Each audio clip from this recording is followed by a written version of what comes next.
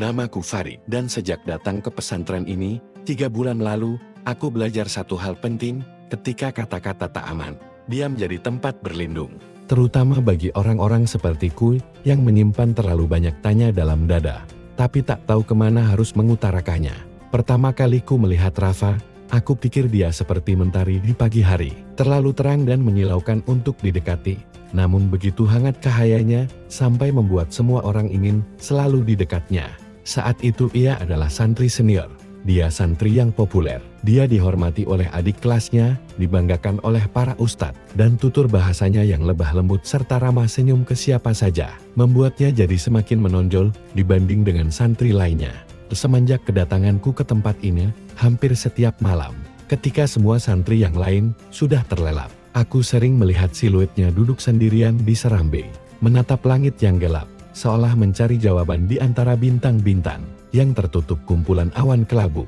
Aku ingin menyapanya, tapi langkahku selalu kalah oleh rasa takut. Rasa takut pada diriku sendiri, rasa takut dia akan menganggapku sok akrab dan banyak rasa takut lainnya. Sampai akhirnya, dia yang menyapaku lebih dulu. Kamu betah belajar di sini? Tanyanya, santai, tanpa basa-basi. Aku hanya mengangguk. Kelihatannya kamu suka suasana yang sunyi seperti ini ya? Katanya lagi. Dan untuk pertama kalinya, aku merasa suaraku penting, meski hanya dijawab dengan satu kalimat ringan. Suasana sepi dan keheningan ini membuatku nyaman, kataku pelan. Rafa tersenyum. Sama kayak langit, terkadang gelap, kadang ia terang, tapi dia nggak pernah marah, meski nggak ada yang melihatnya. Hari-hari setelah itu, kami sering berbagi suasana sunyi itu, di serambi, di bawah langit malam, di sela-sela ayat yang kami hafal dalam diam hening. Aku tak pernah bilang bahwa aku menyukainya, tapi aku rasa dia tahu. Kadang, mencintai tak harus lewat pengakuan. Cukup duduk di samping seseorang, dan diam-diam berdoa, agar dunia tak menyakitinya. Tapi gosip itu mulai menyebar, tentang kami, tentang tatapan yang terlalu lama, tentang doa yang terdengar seperti rindu. Aku mulai menjaga jarak, bukan karena menyesal, tapi karena dunia ini punya batasan yang tak bisa kutawar. Dan aku takut, Rafa harus membayar atas kesunyian yang kupelihara. Rafa tak banyak bicara, tapi aku tahu, dia mengerti. Malam itu hujan turun perlahan, seperti mengetuk atap serambi, agar kami keluar dan bicara. Aku nggak marah, ucapnya, saat kami bertemu di tempat wudhu. Dingin sekali malam itu. Aku menunduk. Aku cuma takut. Takut apa? Takut kehilangan kamu.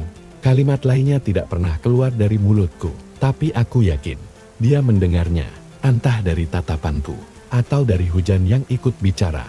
Waktu berlalu, tahun ajaran pun usai. Orang tuaku memintaku pulang.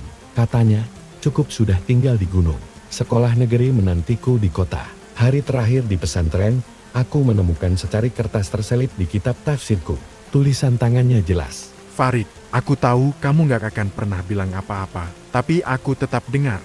Semoga langit kota bisa menjagamu sebaik serambi ini menjagaku. Rafa. Nafasku masih dapat kutahan, namun mataku berkata lain.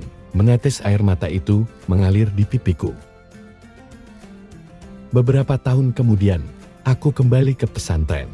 Bukan sebagai santri, tapi sebagai guru tamu. Langit masih sama, kabut masih turun pelan, tapi serambinya terasa lebih sepi. Seorang santri mendekatiku usai kajian.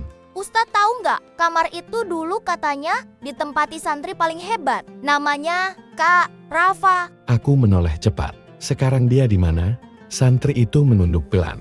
Kak Rafa wafat 2 tahun lalu. Sakit paru-paru katanya, karena dia sering duduk di serambi sampai larut malam, kayak lagi nunggu seseorang. Langit di atas serambi runtuh di hatiku, tapi aku tetap tersenyum. Cinta bukan soal memiliki. Kadang, cinta hanyalah tentang meninggalkan secarik doa, agar seseorang tahu bahwa ia pernah sangat dicintai.